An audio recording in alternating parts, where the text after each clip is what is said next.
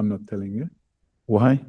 Because it's none of your business. I'm here voluntarily, and I'm not going to submit myself to providing information which I believe you're not entitled to. And, you know, I'm not going to cooperate with that. No. You're going to cooperate. Mr. Paula Sullivan, if you know me, I'm not part of the nonsense you're talking about. I came here not to please anyone. I'm here to speak the truth, whether you like it or not. It's your own baby to feed, Malta Bella. I'm not in the business of going around to please people. I only tell the truth. Now, I represent a non-racial organization, but we do not fight for white people. Why? Why should we fight for them? What do you want? What do they want? When you say you are fighting for all in South Africa, black and white, what do white people want?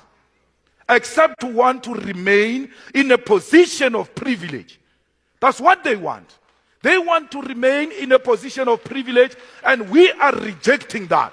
There is no white person who's going to remain in a position of privilege. We must all be equal.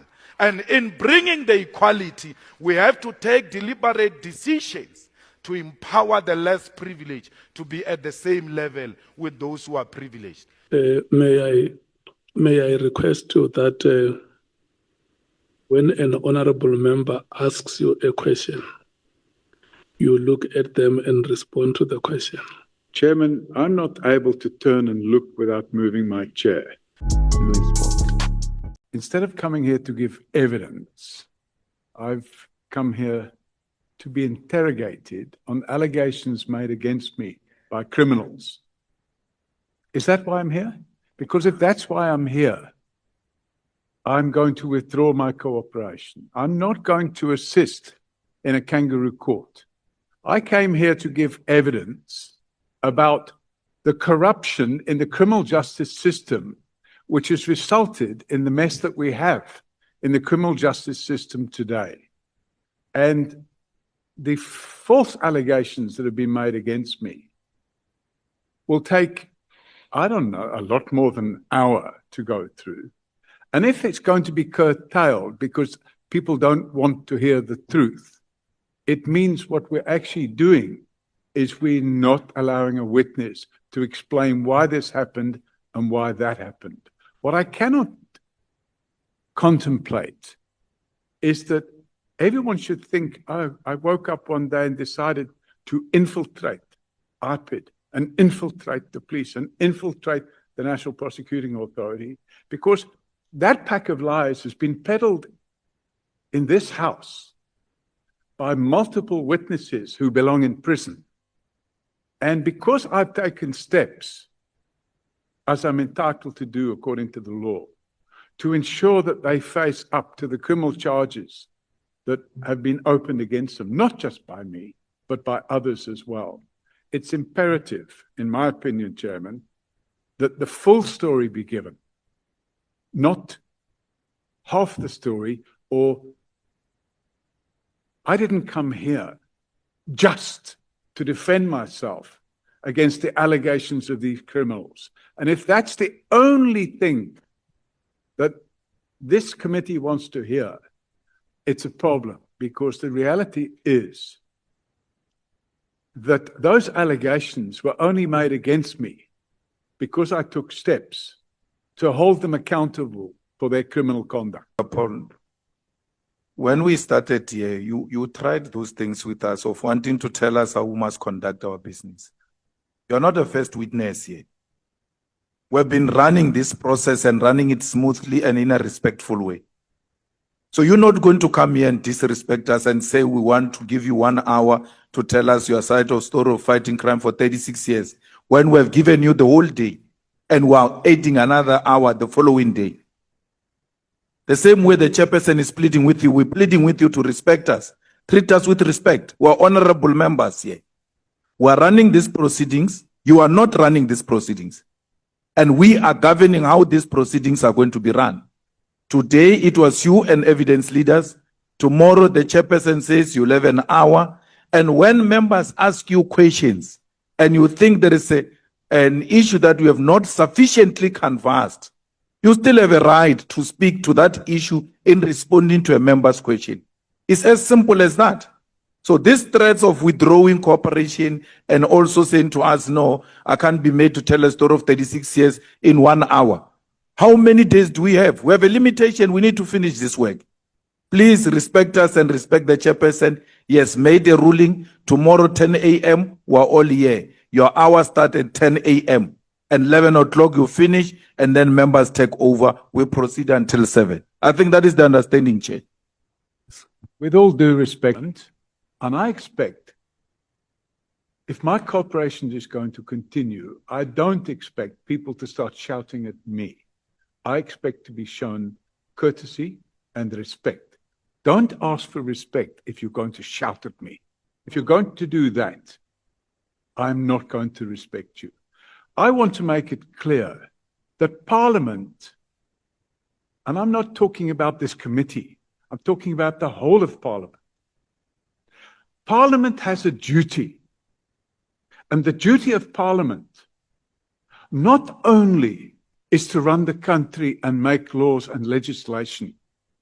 Parliament has the power and authority to hold the Chair, on a point of order. executive authority. Can I rise? Now you are making him to undermine us. He's abusing us now. Can I rise on a point? Lecturing us now. No, man. This is white supremacy at play, man. No, Plain. no, we must not do this, honorable members. We must not do this. Let's allow the witness to conclude. May you conclude your statement, Mr. O'Sullivan. Chairman, before I complete my statement, I need to point out that I will not accept my words being described as a display of white supremacy. I will not accept that. The honorable members may have privileges to say these things, but that doesn't mean I must accept those insults, and I will not. The reality is, as I was trying to say, is that Parliament has the power and authority to hold the executive, including cabinet ministers and organs of a state, accountable to it in terms of section 55(2) of the Constitution. Okay, I know it's fine. I heard you.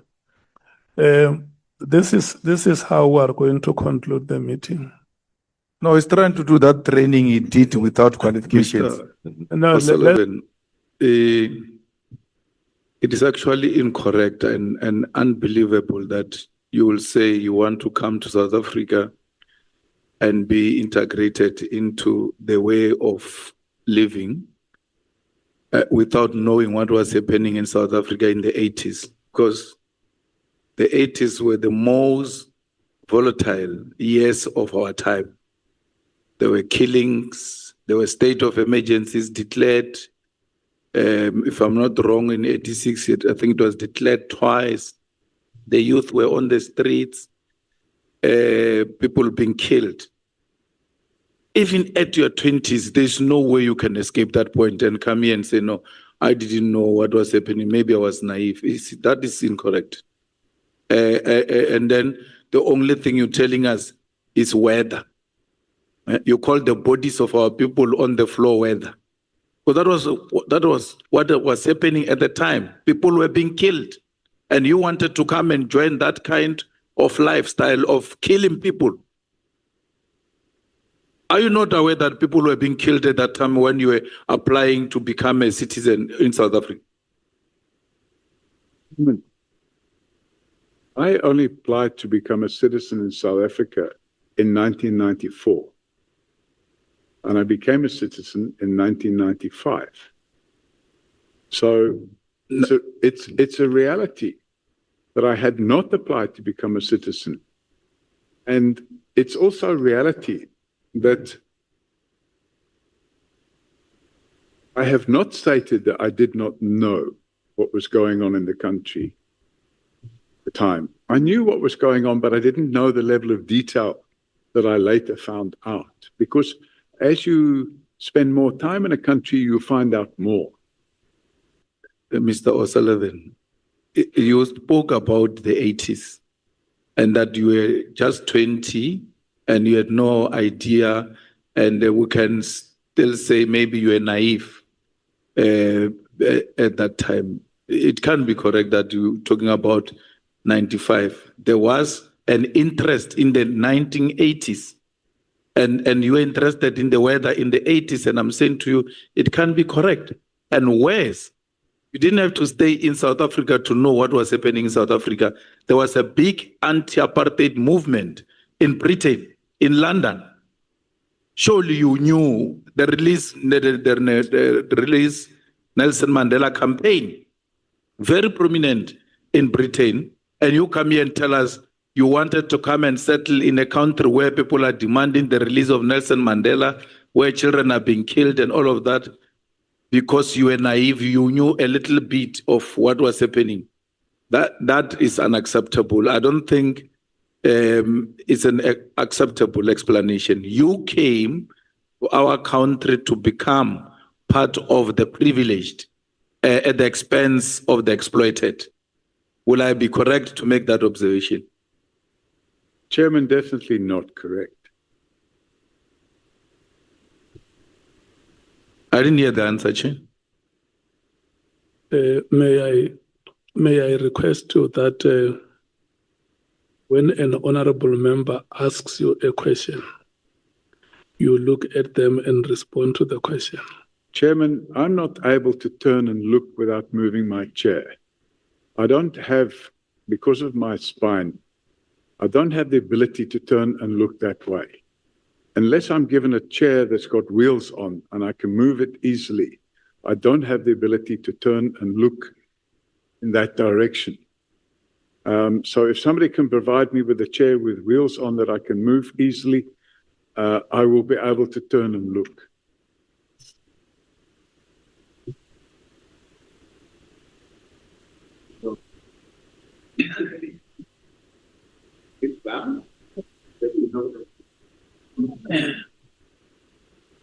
Possible said in all our institutions.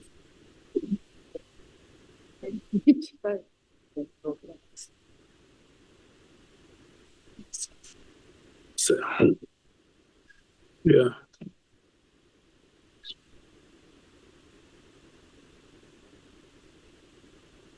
Thank you, Chair. Now I can look. Yeah, I was worried about that because for the earlier part of the morning, you could imagine when honorable members ask you questions and... Now we have a problem, Chair. I have to have a firm back behind me and this thing's moving. I can't lean, I have to be able to lean back without the chair moving. The chair does not have to move. Hang on. Oops. Yeah. Yeah, there.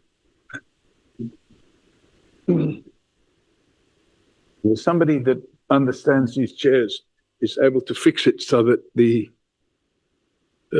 when I lean back, it doesn't go away like Mr. Mpilo, let's assist. And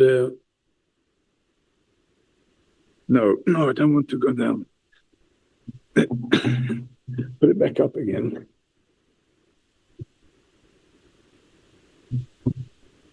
Ah, that's it. Thank you. Now it's fixed. Is it fine now? Thank you, Chairman. Yes, I can lean like this without it going over like that. And you turn it to my side. Let's see. Thank you, Chairman. And you turn it to that side. Let's see. Okay. Thank you so much. Yeah, look at Honorable Malema and talk to him. Good afternoon. Were you done, Honorable Member? I'd asked the question and then he gave an answer. That's when I said I didn't hear the answer. Can we proceed? I didn't get the answer. Okay. The answer was that what you said, would that be correct? And my answer, Chairman, was that would not be correct. Thank you, Chair. I'm just a bit concerned because it would appear that the witness has done quite a lot under the previous dispensation. We know that reservists are only allowed to operate in the visible policing environment. Mr. Paul O'Sullivan, you did fraud, you worked in the fraud unit, you made the most arrests, you were on active crime scenes. Do you have anyone that can vouch for this? Like a commander that you must have worked under because you were doing duties of a SAPS member? Chairman, the regulations changed. In those days, a reservist could work with a unit, whichever unit he went to work with. And I was asked to work with the detective branch at Boyson's police station, which I did. And after an incident that took place in 1996, where I was shot, I was no longer able to carry out possible physical work relating to if you had to arrest somebody that became violent or something like that. So I then changed. I was said, you know, you're very good at what you're doing. You can go and work in the fraud unit. And that's what I did. And as for going back 30 years to find somebody that may be able to come and tell you, I can look, but it might not be that I can find somebody today or tomorrow that can come and say, by the way, he did this and that and what. But I can try. You are not able to give us anything that can justify everything that you have told this committee here today. No, Chairman, that's not. You're not. Did you have a force number? Yes. So you can't go back onto the system and track your force number and give us some form of evidence that this is what you've done, because even we can go and query that. Chairman, I don't have access to the system. My force number. No, we'll get it. That's fine. Sorry, Thanks. I'm being asked a question and then I'm being given the answer. On page 53, A53, Chairman, there's a letter there dated 26th of June, 1997. And it says, Detective Sergeant Paul Robert O'Sullivan, force number 0245296-1. There's my force number. And you know, anybody can go on the system through the necessary channels and find out. I was a police reservist until Jackie Celebi cancelled my work as a police reservist. How do you say to us you don't remember who was your commander? Is probably 30 years ago and all of that? Because obvious, every police station in a particular year has got a station commander, has got this, has got that. And those people that we worked with for such a long time, and then giving people certificates that are not recognized by any institution, and giving them awards which you bought from a shop or Discom or something like that. You should remember those people. There's no way you can work with people and achieve these things that you said you have achieved. And you don't remember under whose command, as a person who's trained in military intelligence, a person who has been a reservist without being a citizen in South Africa, and having served for such a long time, there is no way you cannot remember who was a commander of these operations, because the discipline of what you are doing actually requires that you know your commanders. Thank you, Chairman. I did not say I don't know who was my commander. The station commander in those days was Director Vermaak, and the detective branch commander was a Colonel Badenhorst. So, but I've never said, nobody said to me, who's your commander? And I've never said, I don't remember who my commander was. No, the question was, these things that you are telling us, is there a person who was commanding you who we can make contact with, who can confirm that indeed these achievements were made? And you said, no, I can't remember, it's 30 years ago or plus. I think it was asked by Honorable James. Sorry, Chairman. The reality is that I didn't say I can't remember who my commander was. I said I would have to look into it and find out. And if you go back on the record and play it again, you will hear that I said I would have to go and find out who. I don't even know if Director Vermaak is still alive. Our Colonel Badenhorst, I cannot say whether or not he's still around, because with 30 years ago, and with all due respect, I was a lot younger then, and they were a lot older than me. So if I can find somebody, but in the meantime, what I have done to try and evidence what I've said in my affidavit is I've attached just some, by the way. There's a lot more newspaper cuttings about the work that we did. And not one of those newspaper cuttings, Chairman, mentioned anything about intelligence services or anything like that. It was all about the successful work that we did and what we achieved in proper policing. Thank you, Chairman.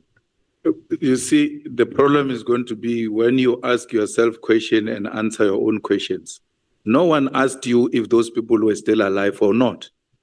Whether you are dead or alive, if you have been my commander, I will still mention you as being my commander, and the files will dictate that, of course, the person is still alive or not alive. We didn't ask if your commanders are still alive or not. We asked, who can we reference this thing with, that these things that you are telling us, to confirm maybe your commander or any of the people that might have supervised some of your activities.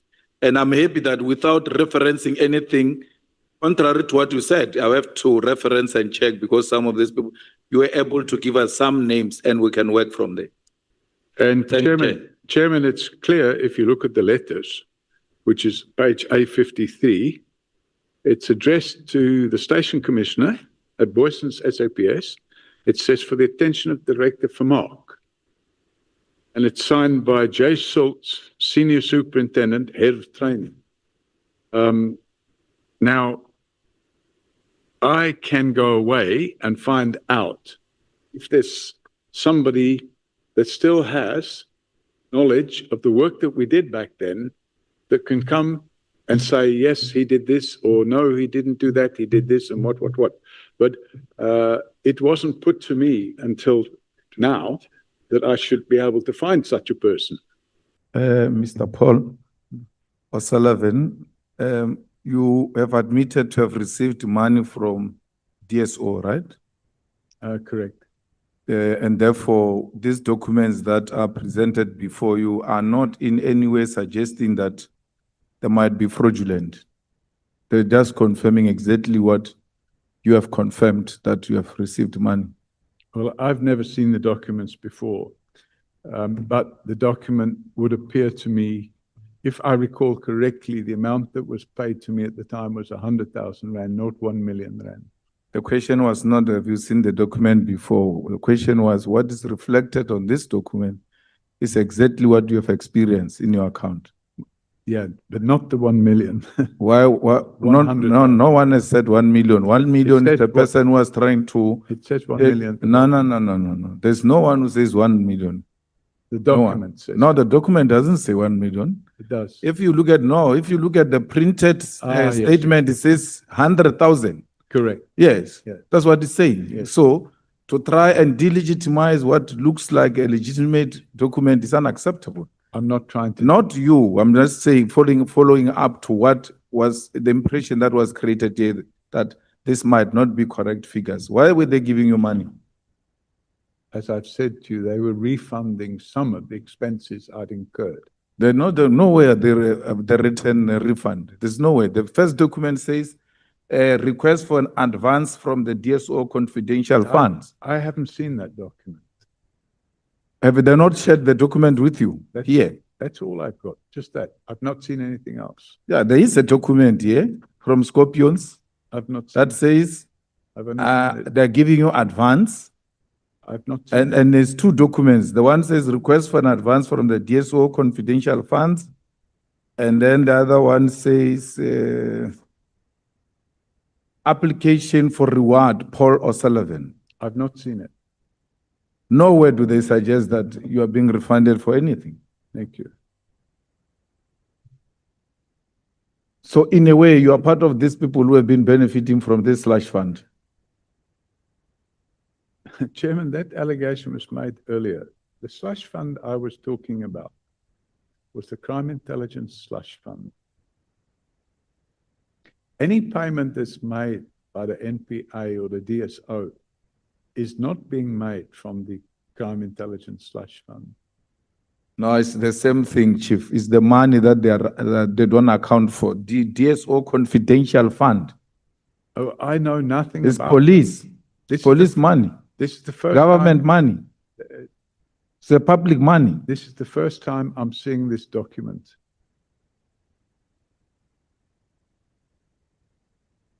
And in fact, what they did internally, I don't know about it. I just know that they made a contribution to some of the massive expenses I'd incurred in respect of investigations that I carried out in relation to the two projects. The one was called Project Coffee, and the other one was called Project Bad Guys. Yeah, it's written here, Project Bad Guys, brackets, coffee. Yeah, there were Coffee leg. two projects. And it related to international drug smuggling syndicate with tentacles around the world. And this is not a reward. It says here it's a reward for information, but I'd never seen this document before. It wasn't a reward for information. It was refunding of expenses or partial refunding of expenses. It makes the situation worse, Mr. Paul O'Sullivan, because it means the money was released under false pretext. Well, I know nothing about that. Because if it says a reward and you call it a refund, it means whoever went to apply for this money lied I don't know. that you are being rewarded. I've only seen the document today for the first time.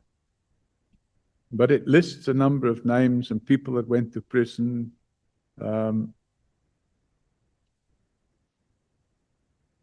So, yeah, I'm seeing it for the first time today. Okay, let's leave that one. At least we confirm that you have received the money. We're just not finding each other about. Chairman, But let's pass that. I'm just making the point that I was employed at AXA and I was employed in the position of Group Executive Aviation Security. But say, I'm going to have a problem because you cannot refuse to tell me what are your tertiary qualifications, yet you occupy a head aviation security position, which its equivalent now, as if you look at the adverts this year, they require master's degree and some 5 years experience. So I could imagine during your time, there's no way, even the one that I'm referring you to, it says it requires a degree or an equivalent. That's why I want to check your qualification to match it with the requirements so that I can make a determination that you are indeed employed through your qualifications.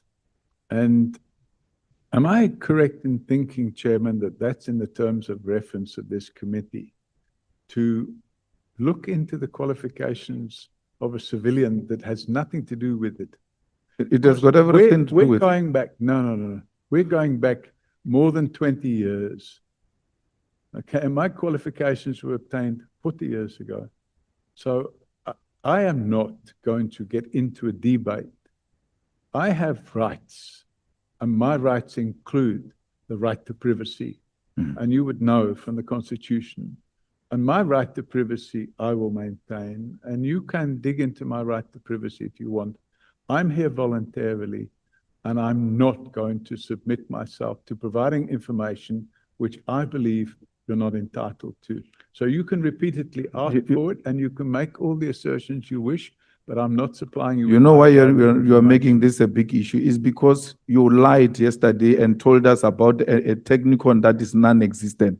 Oh, really? Okay. It's not there. You did. You told us that you went to some Manchester engineer or something. The chair can confirm that. Okay. You said that yesterday that you went to Manchester Technicon or something, and then when we went to research that institution, you said you went to a training in engineering. Yeah. We did not find such an institution existing. Yeah. Okay. So, Mr. Paul O'Sullivan, you occupied a senior position without qualifying because you had infiltrated the system. If you believe that. And But you're part of our investigation, the reason why we go to qualifications is we want to demonstrate that these people they don't have the necessary skills, yet they occupy strategic positions because of their proximity in the police. to those not in the police. But aren't we supposed to be looking, Chairman, at the allegations from the KZN Commissioner of Police, and instead you're now diverting? So what you've actually done, Chairman, is you've first of all invite me here, I come here, and now what you're doing is you're trying to impugn my character, and you've been doing it for the last 5 hours. And, you know, I'm not going to cooperate with that. No. You're going to cooperate. Look, No, I'm you sorry, but you went to mess up our IPIT and our justice system, our criminal justice system.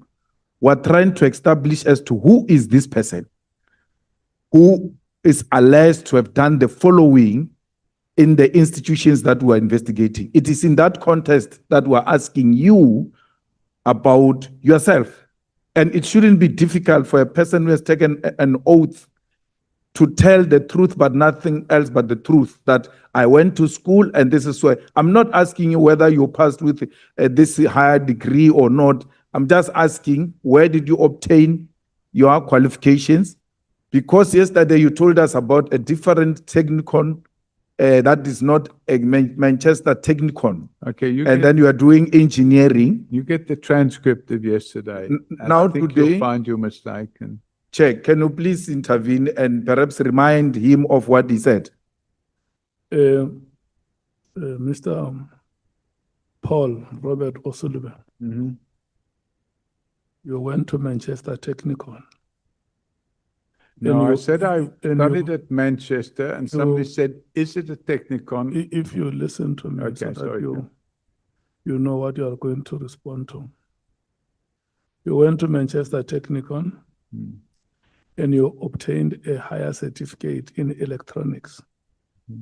That is the evidence that you deposed here Yes, yesterday. that's correct, and that is Yes. correct. Okay. But it's absolutely not called Manchester Technicon. But you know, somebody said, "Is it a Technicon?" And I said, "Yes," but it's not. But anyway, You see, you are now changing that. Now that you are no longer prepared to talk about your qualifications. But I just demonstrated to you, you spoke about your qualifications yesterday. And you were not qualified to be employed as head of anything at AXA because you didn't possess the necessary qualifications. Number two, which I want to ask is, after you went to, the military intelligence, did you work anywhere else except when you left the military intelligence? did I work anywhere? What? Did you work anywhere after you left military intelligence? Yes, I did. Where? I'm not telling you Why? because it's none of your business. It's none of my business. Mm-hmm. So, okay, that's fine. You don't have an answer. And I know you don't have an answer because the question after that was going to be, where did you get the money to invest in the property investment? Because you were just from school, went to military intelligence, and then the next thing you come to South Africa for tourism, you love the place, then come back to South Africa to invest in property development, and not only in South Africa, but in different kind of countries. Where do you get that money from? Because military intelligence will not have given you such pensions. No, pension. I don't get a pension at the age of 26 or 20. That's what I'm saying. Where did you get the money property to, development, and I made profit. where did you get the money to invest in the property development? The first development I did, I borrowed the money from the bank, and I made it a profit. And I reinvested that profit in another property. And I made a profit there. And I reinvested that in another property. And I made a profit there. So that's how property development works. No, I don't buy that story. Mr. Paul O'Sullivan, property investment is a very expensive investment. suspicion is that you were given money out of the military intelligence to go and be an investor in different countries to continue saving them, in spying those countries on their behalf. But you must look like you are an investor. With respect, Chairman, I think the honourable member has been watching too much TV Why? because you're speculating. You have never worked to get money to qualify to engage in property investment. How do you know that? That's what you told me, at least. You went to work at military in intelligence, and then from there you worked in a firm. You can't tell me, because if you tell me that firm, I will be able to evaluate, to check, No. and make 1 + 1 to see if we can make such money to invest in property investment. With all due respect, my property investment activities took place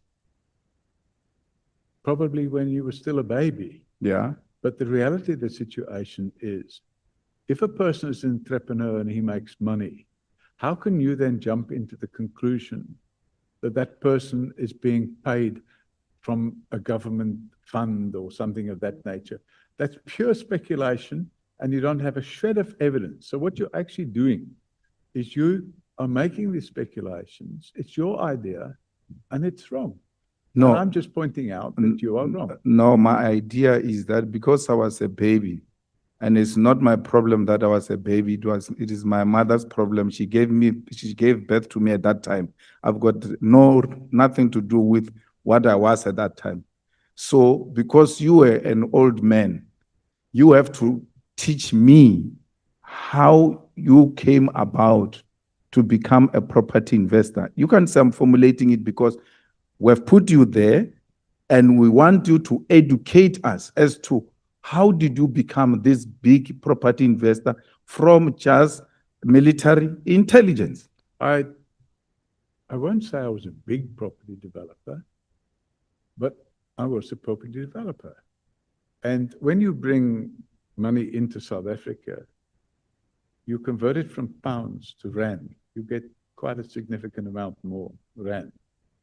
And if you look at the property prices overseas, and you look at the property prices here, you can buy more property here for the same amount of money you will buy much less overseas. And I decided to get involved in property development. And if you find that suspicious, it's a problem. And I believe the reason you're finding it suspicious is because you and certain other members of this committee are looking for ways of covering up the criminal conduct of crime intelligence officials and the abuse of the slush fund. And that's why we have people like Pashlani, who's on trial at the moment, getting away with the crimes that they're committing, because Parliament, or certain parts of Parliament, are not exercising their duty of care and their duty to look after the interests of the country. Mr. Paul O'Sullivan, if you know me, I'm not part of the nonsense you're talking about. Not me. I'm not part of any nonsense you're talking about. I'm not part of any slush fund or anything. I question people the same way I'm questioning you, all of them, including Lieutenant General Mkhwanazi. I questioned him because I'm about the truth and nothing else but the truth. And I'm not going to be patronized or be intimidated by anyone, not me. They can try with other people, not me. Okay. So you must never ever group me with people who are involved with some people who are doing wrongdoings in the crime intelligence. If you have been following the proceedings here, you will see that I've taken the same posture with everyone. You are talking about former General Patlani is still coming to us. We are not done with him. When his turn comes, we'll attend to it.